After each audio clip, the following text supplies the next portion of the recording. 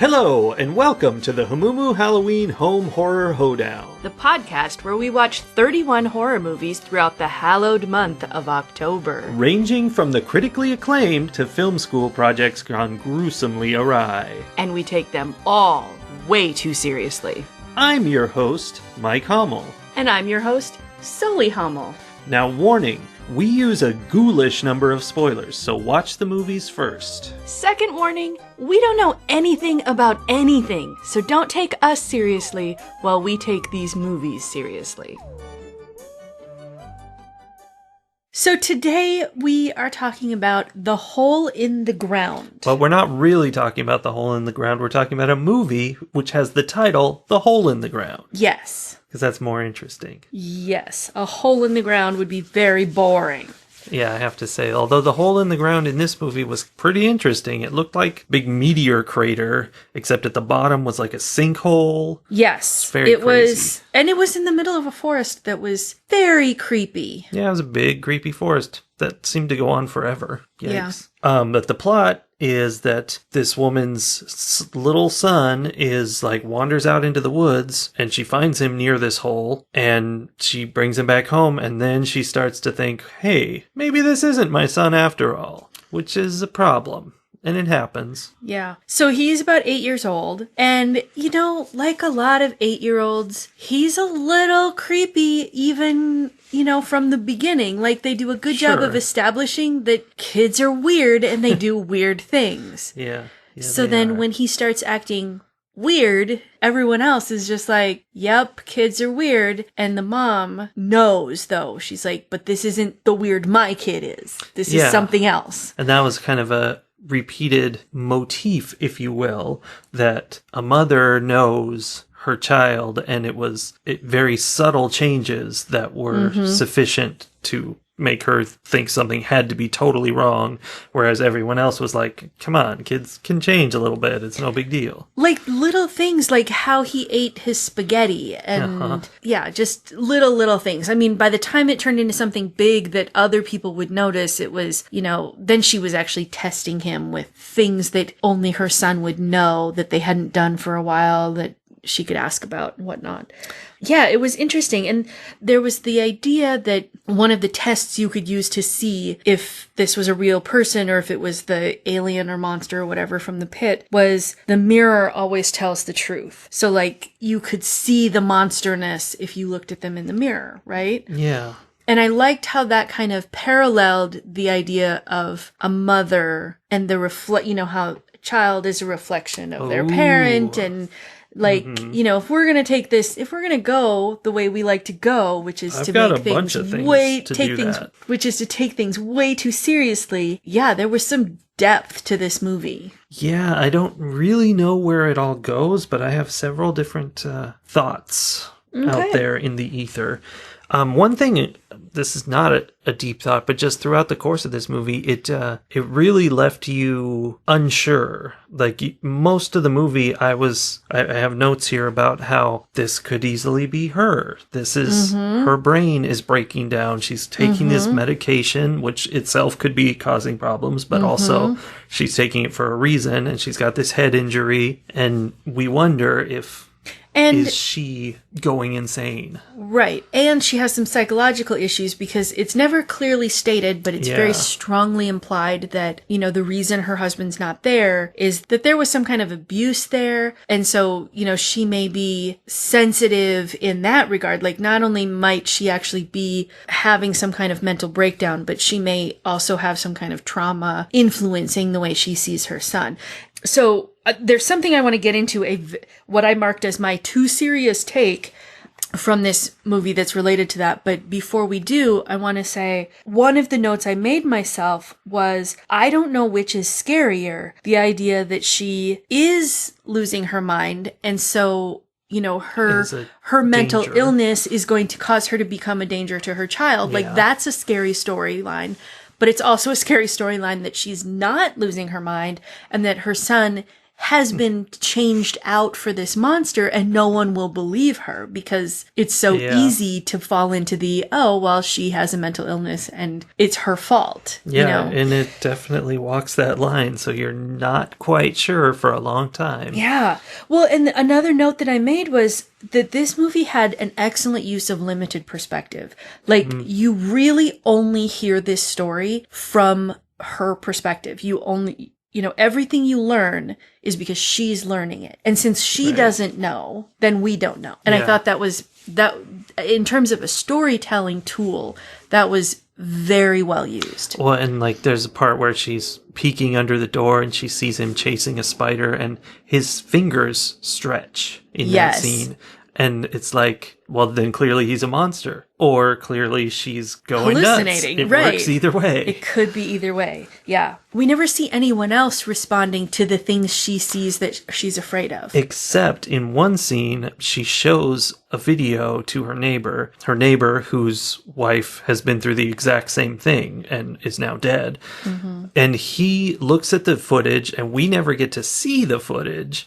He looks at it, and he looks kind of concerned and freaked out, but he's like, I don't see anything. It's fine. And we're left going like, did he? Didn't he? Right. What's going on? Just like she was. Yeah. Like she couldn't tell if he honestly didn't see anything or if he was pretending he didn't see anything. Like, yeah. It was very well done, I thought. So this movie was made by the Irish and Finnish film boards in collaboration. Yeah. And one of the things that I really liked about this story was that there were some, what I consider very quintessential Irish tropes in these stories, or like elements of storytelling. There's the whole idea of the movie is based on the changeling idea, and the whole, the fae coming in and swapping out your child. Which I always, I don't know how accurate I am in believing this, but it feels like an Irish story to me. Yeah, I think so. And then going back to the mirror piece, I've always sort of associated Irish storytelling with mirrors too, like that there's an element of that, particularly like at the funeral, the mirrors were all covered with like black veils or black lace. A thing for sure. Which I guess I've always sort of thought of as sort of an Irish Catholic kind of a thing. Yeah. Again, I don't know how Jewish accurate. Thing, but clearly not in this case. Yeah. I mean, it could be both, but, and then the other thing was he was performing in that talent show and they were singing the song, the like cumulative song about the rattling bog. Yes. The hole in the bog and the valley-o and, the branch on the tree and all of that. And that sort of cumulative story or story song always makes me think of Ireland too, for some reason. It is funny you should say that because I had a very different Irish take on this whole thing, which is, this is probably the third or fourth Irish horror film I've watched over the course of these years. And I just put down a big list of adjectives that this movie had that is quintessential Irish horror film, which is, it is slow, grim, gray, intimate, bleak, vague, monochrome. That is an Irish horror film. It might be all Irish films, I don't know. I only watch the horror ones, but they're just like that, where it's just this bleak, dark, slow thing, and it just kind of grinds you down. Very depressing movies. Yeah, there are some cultures, though, that kind of go with that very flat, bleak, monotone thing, that's the scariness of it. Like, that's how they show sadness, fear, that sort of thing. A lot of horror movies do this where it's all about grief more than something else, and that's what Irish films feel like. There's just this grief weighing you down. That's interesting. I tend to, I really enjoy watching murder mysteries and like procedural dramas, and I have a really hard time watching them like a certain style of that kind of show that generally comes out of like Great Britain, sometimes Canada. There's another place too that they come from, but I can't watch them because they're just so, it's not dark, it's bleak. Like there's just everything about it, like even the look of it is just depressing all the time.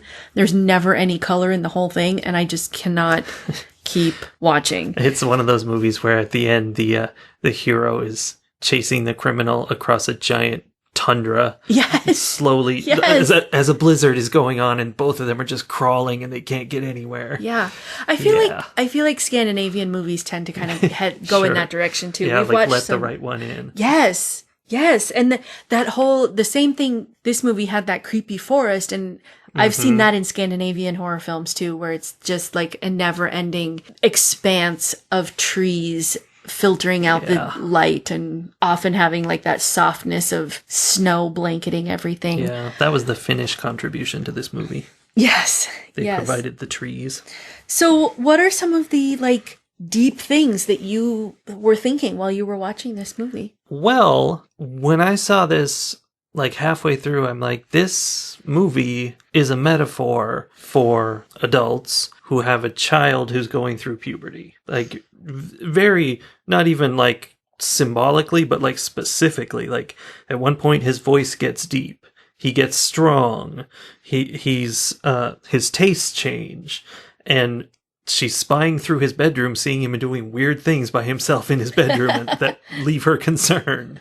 I mean, in this case, specifically, it was eating spiders. Sure, but yes. That's realistic, though. Allegorical. Also, when he was eating that spider, 99% of the spider was outside of his mouth. Like, he was eating its fingernail. Yes, I noticed that too. It was very strange. They're like, that spider's just going to get away. So that's interesting. I like that you said that, because it ties very closely to what I found, like the allegorical, metaphorical thing that I noticed in it, is that this woman is pretty clearly a survivor of domestic abuse. Mm-hmm. And she got her son and herself out of this situation. And the son has some resentment about that, because he was told, Dad's going to be right behind us, and Dad doesn't show up. And so he's angry. Yeah. That's definitely hard for a kid. Right. And then, like you said, this is a boy who's going through puberty. She's watching this happen through the filter of having had this kind of traumatic experience at the hands of a man.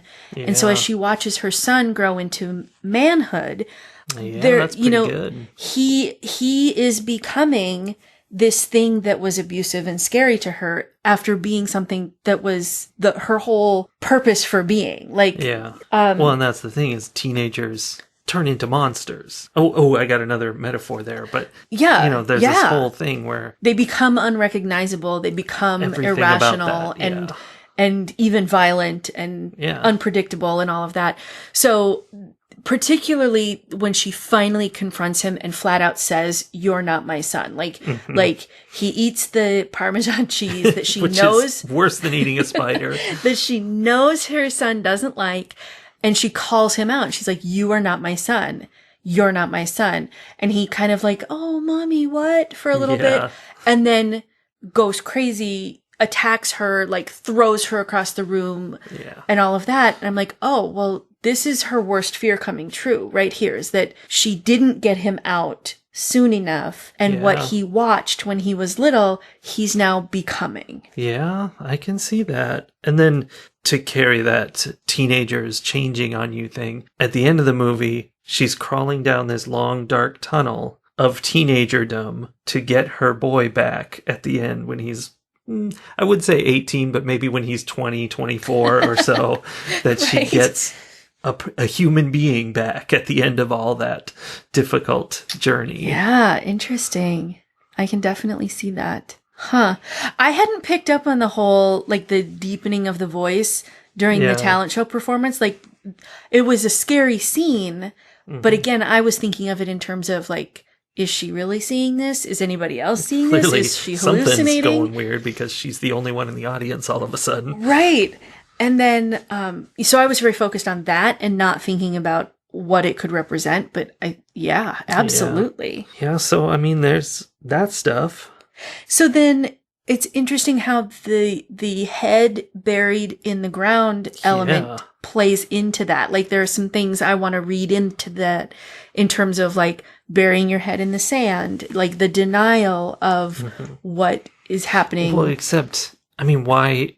I don't even understand what happened to the other lady, but why is the child making her bury her head in the sand? Well, I think in both cases, the monster disguised as the child buried, like he definitely buried his mother. I think he also buried Noreen, the lady. Her son. Christopher, did. yes. Because she recognized him. Like she saw Yeah. him in the car after he had been out to the pit and had been brought back. And she was like, he's not your son. So he had to get rid of her. That makes sense. But how she knew that, I'm not sure. And yeah, I don't know how the representation plays out when it's the monster that's burying their heads. Like he's like trying to stop them from seeing him, or I don't know what the symbolism is there. Well, and that was a note I made. I said lots of buried alive imagery. And there's that, and then in the hole in the ground, she actually has to sink through the sinkhole to get in there, and it's very much about being buried. Which was evocative of so many different movies from my childhood. It was weird. Like it was. The pit very much looks like the Sarlacc pit. From Star Wars. It made me think of when Wesley and Buttercup sink into the quicksand in the forest of the ROUSs. And then what's the other? There's another movie where the boy and his horse, like the horse sinks into the sand. Is that in Neverending Story? I think so. So like that, it was definitely a thing that where quicksand or sinking into sand like that was a commonly used theme. Yeah. Like in the late 80s, early 90s in movies, I think. Which is interesting. I had never really thought about that until I was like flashing through all these different movies as I watched the scene here. So she does go down into, like, she decides she's going to go get her son back. She goes down into the pit. She rescues him. She comes back. She burns the house down with, of course, the monster version of her son inside it, and they leave. Yeah. So as they were leaving and her son was in the back seat, like looking toward the front seat at her, what were your thoughts in that moment? Well, I was concerned not so much about the two boys being switched, because he was in the basement, you heard him knocking on the door. It seems highly improbable that somehow they could be switched in that process. But I was concerned because they never showed us. The question I had about this movie was, how did she get out of that sinkhole? Because how? And so I was wondering what had really happened there. Because we did see that one of the monsters down in the pit looked exactly like her. Yeah. Yeah, but there was a closed caption of arm squelching, I think it was, after she had been beating on that arm a little bit. So I was expecting to encounter like a situation where the other her beat her home, and now there's her there with one arm missing, and something like that. And that didn't happen though, so I think she got out successfully and left the monsters behind. So then I definitely had the question of whether or not she had saved the right son. Yeah, that was... And because there was a point earlier in the movie where the monster son moved from where we thought he was to somewhere else very quickly. In a way, like, remember, she called him for dinner and then she's in the living room and then suddenly he's in the kitchen and she doesn't know how he got there. And he's like, I was fast. I was hungry. Hungry. So it felt like putting that in there raised the question of, like, okay, so she puts the good son next to the car, leaves him there. Yeah, which that was definitely not a good thing. She goes down to the basement where, she can hear that the evil son is still in there. But I had this question of, is there some kind of, was the evil one out? Did they get swapped again somehow? Yeah, I mean, that's always possible, but I feel like they kind of wanted to leave you with that, ooh, I don't know, except that they made it pretty clear with the very final scenes that it had to really be him. There's a part where she's taking pictures of him and his face is just blurry and you're like, ooh, I don't know. But then it shows that her house is filled with mirrors, and there's no way that, I mean, clearly she was like living with him as if he was her son. She would have seen him in those mirrors a million times. But she definitely, like, she did not have confidence that he wasn't going to turn evil again. Like, she filled her house with mirrors. She took pictures of him. Careful. Like, it looked like that was her routine. Like, she would take a picture of him every day to check and make sure that he still looked okay. Which then makes me wonder, now that she's been through this, now she's going to actually suffer from the mental illness that we were afraid she might have had earlier. That is very possible. So the whole thing was very complex and complicated and very interesting to watch. Well, a lot of it, like, throughout, there were little bits where they leave a lot implied, which I feel like is also a trait of these Irish movies. Even not like complicated things necessarily, but even just simple things. Like the doctor would give her pills and he'd be like, these are for you, take these. And we never hear what they are or anything, but we understand. It's implied, we work it out. All the things like that throughout the movie, they don't tell you everything. They tell you enough that if you have half a brain, you understand what's going on. Which stands out to us because in American filmmaking, they do not treat their audience like they have half a brain. Right. Generally. I definitely noticed that. And it engages your brain because you're sitting there having to solve little mini puzzles constantly, you know? So how about in terms of like the filmmaking elements? Like, we kind of talked a little bit about choices that were made in terms of the aesthetic or casting, scripting, those kinds of things. Like, what are your thoughts on that? Well, I mean, it was very well put together. The acting was really good and everything. The kid, I kept thinking, was Haley Joel Osment. Like, he had a very similar look. Yeah, he's got that same sleepy eyes. And he was just, he did a good job of being creepy.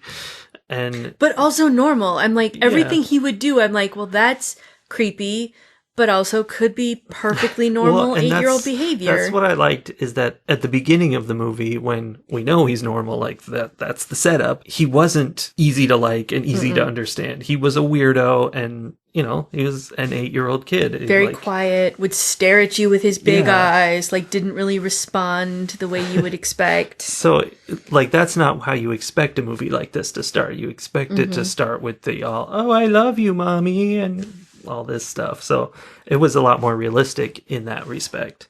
So I think I really like how it was put together.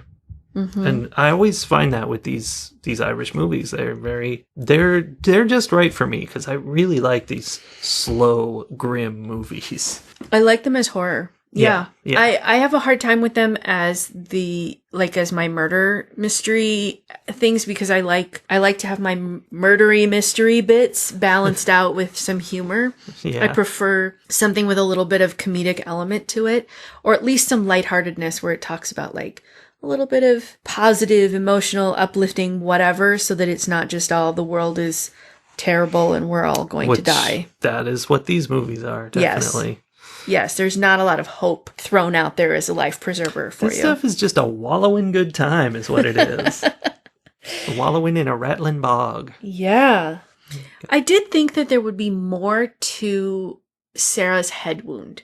Like, she had that wound that supposedly was from a car accident that had happened a year ago. And it was still, like, she's like, sometimes it just gets irritated. But it was, like, openly bleeding. And, like, it seemed got very irritated. It seemed to be getting worse as the movie went on, which obviously was symbolic. But then I sort of felt like we were going to find out more about how she got that wound and how it plays in. And we never did. Yeah, we kept seeing it or seeing a problem with it, like it was bleeding. And then it would cut to something. One time it cut to her closing a car door and getting out and going somewhere. And I'm like, oh, here's the flashback. This is what happened before. Right. And no, she was just going to the store. It was the present still.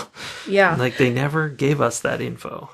So that was interesting. I mean, I don't feel like it left a big hole or anything. It's just, I always was expecting something that never ended up coming. Yeah. It's all implied. Yep.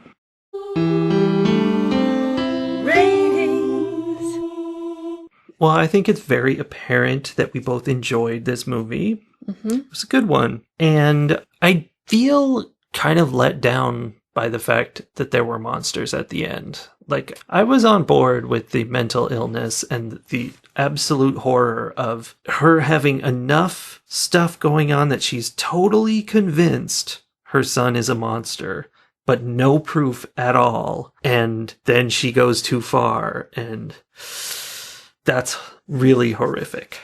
But that didn't happen. There was a monster. And she didn't actually go too far. Like, she ended up saving her son rather than being the cause of her son's death. Well, she did burn a house down with her quote-unquote son inside, too. Yeah, but she also had her son in her arms while that was happening. So I feel like that's pretty solid evidence that there was a monster. That's pretty good. Or that there was no son in the house when she burned it down. One or the other. Whatever. She's crazy.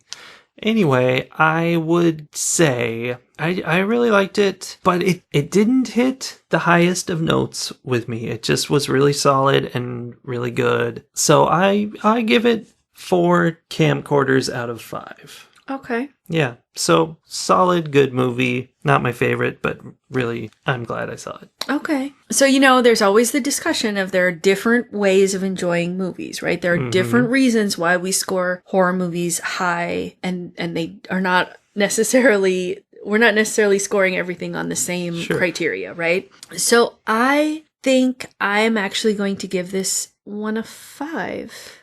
It's the 5. Yeah. Is this my first 5 of the month? I'm pretty sure it is. Interesting. So I'm torn because I could also give it a 4.5, but I really like the depth to this story. I really like the metaphor and the meaning that can be culled out of this. And I feel like if you watched it again, like with the idea, you know, I didn't know everything that this movie was trying to say until you get to the end of it, right? And if you go back having that idea in mind, I think it would be even, you know, it's one of those ones you could watch again and it would be, you'd get more meat off the bone. Unlike Frogs, like you're not going to go back and rewatch Frogs and get more out of it. I mean, I don't know.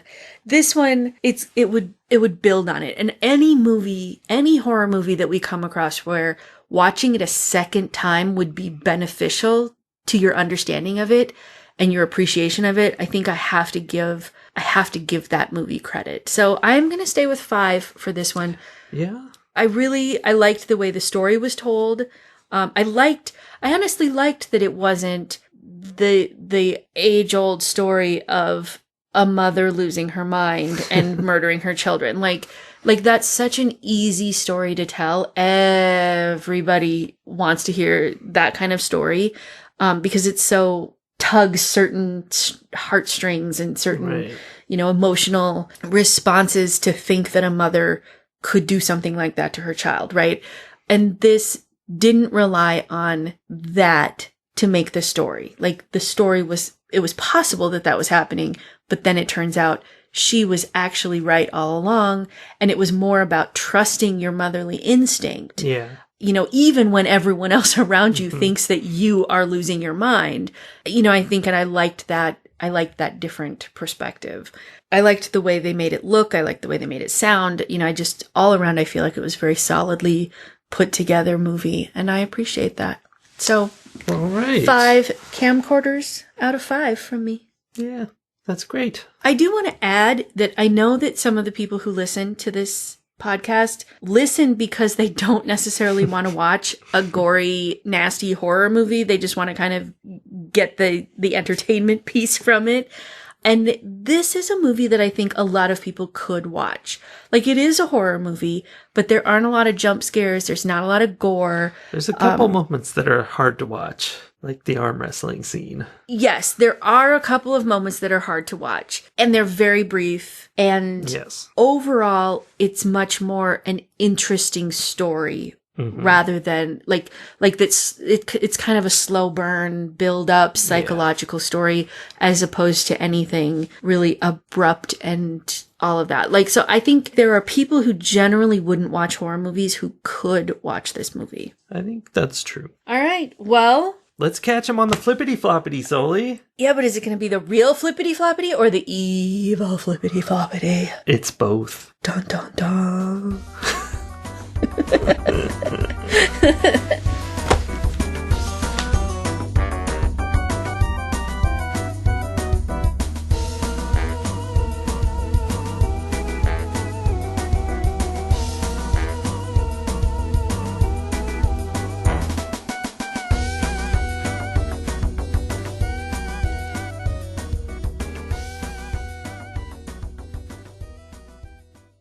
Time for a little entertainment.